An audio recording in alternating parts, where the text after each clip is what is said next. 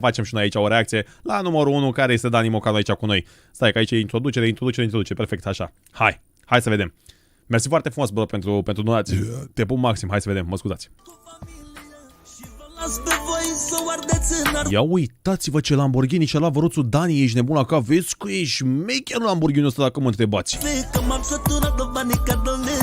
Deci fii atent ce are Lamborghini ăsta, nu știu dacă ați observat, vedeți că are LED-uri, mâncava-și gura voastră, e gen cu LED-uri, cu dăștea, e Mamă, ești nebun, Lamborghini de la Versace.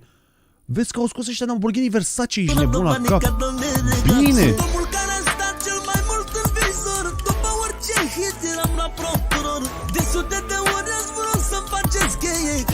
Mamă, mai știți cum era pe timpuri, mai știți când erau pe timpuri cum se purtau cu casetofoanele la gen, știi ce zic? Adică casetofoanele la gen ăștia OG. Mamă, deci mie mi se pare că casetofoanele erau tare tot așa pe timpuri, gen în 2000. Știi ce zic? Când purtai așa castofonul, vezi că erai tare dacă aveai un castofon de la... N-avea niciunul, știi? Eu vorbesc din filme, gen că n-avea niciunul castofoane de la stați liniștiți. Hăți!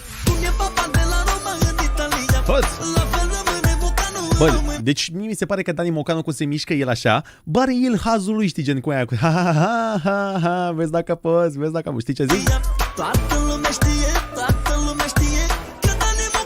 Băieți, trebuie să vă uitați aici, nu aici, da? Ca idee, reacție, da? Dacă, da?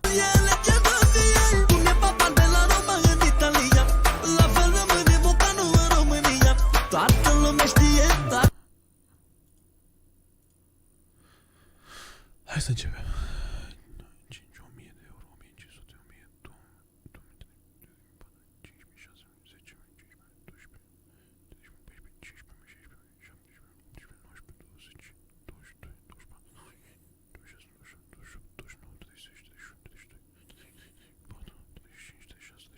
Mamă, toate astea sunt bagnote? Mamă, mâncava și pula vă, stai mă, așa cu număram. Păi număram, mâncați și plata cea. Bă, ăsta cumpără România, coaie. Ești nebun la cap. Bă, cumpără România, ne dă afară din casă pe toți. Coaie, să moară familia. Câți bani ai, bă, Dani Mocanu, mâncați și plata. Ești talentul României, gen. Adică, băi, să moară. Ce-ai făcut, mă, mâncați și... Sincer, chiar e deștept, gen. La modul deștept. Uitați-vă, fii atenți aici, dacă observați șmecheria cum sunt toate la toți ăștia, știi, Lamborghini, mașini, femei, uitați-vă ce are pe spate, vărme, mâncava și pula voastră că tirurile astea costă 200.000 de euro un tir. Nu știu dacă știți, adică aici cred că e șmecheria asta adevărată, gen. Au motoare 70-0, mâncați și plătați tirurile astea. Stați ne știți că sunt bani mulți tirurile astea. Coaie! Prietena lui Mițu are aceeași cagulă. Adică fata lui Dani Mocanu e prietena lui Mițu?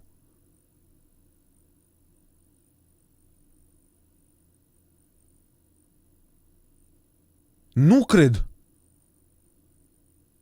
Adevăratul expose. Nu cred. Mițule, știu cine este Ariana. Mițule, știu. Și fratele meu are o mască? Adică fratele tău este copilul lui Dani Mocanu?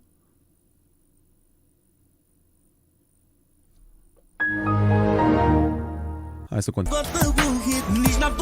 Bă, sincer, dacă stau să o iau pe partea cealaltă, are dreptate Dănuțu, că dacă se combină ăștia câte 4-5, ba cu alt dejador, ba altul cu alte, așa, ca să facă și ei niște vizualizări. Și dacă stau să iau pe partea cealaltă, Dănuțu, cam numărul 1 pe trending de fiecare dată dacă mă întrebați. Adică, un pic cam dreptate dacă mă întrebați. Adică, doar zic. Nu știu să... Bă, ce se întâmplă, mă, aici? Mâncați-și gura ta. Are mai multe teancuri cu aia? Am crezut că, gen, îl pune pe ăla de mai multe ori, gen, dar nu e așa, gen. Dani Mocanu, dacă vrei să stai, vină și la mine pe la ei, frate, dacă să facem să fie bine senzație, dacă...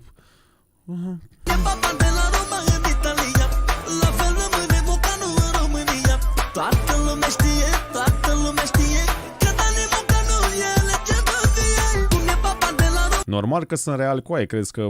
Eu nu cred că Dani Mocanu face mansocărele de astea, sincer să fiu, Nu, mie îmi place, îmi place, chiar îmi place.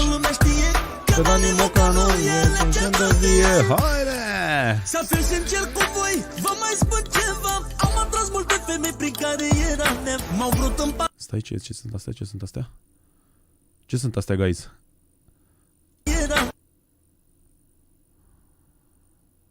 Deci dolar, șmecherie. Asta ce înseamnă? Spania, El Para. Ce înseamnă asta, mă? Ce e asta, mă? Medalii de pe CSGO. Bă, ce medalii după CSGO, mă? Ce medalii, mă? Spania scrie aici? Espana scrie, mă. Espana. Pană? Scrie pană pe ăla?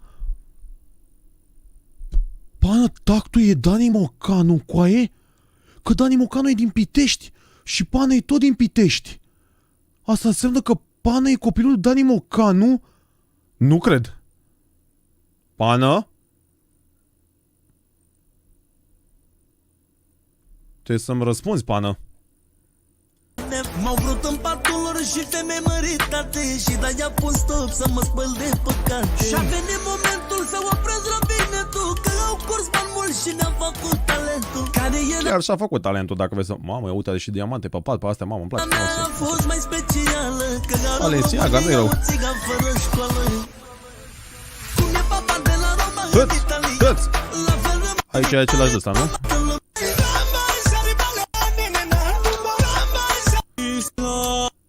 Cam asta a fost. Da, mă, deci melodia cu Dani, cu Dănuț este ce trebuie, frate, din punctul meu de vedere, adică omul chiar Espania scrie, da, mă, Espana sau mă rog, așa. Da, mă, frate, e ce trebuie din punctul meu de vedere Dănuțul, adică chiar e o putere din punctul meu de vedere și chiar e ce trebuie. Mersi mult pentru donație, bro, și much appreciate, frate. 10.000 de like-uri? 10.000 de like-uri, bă, băieți. Hai să facem și 886.000 de abonați.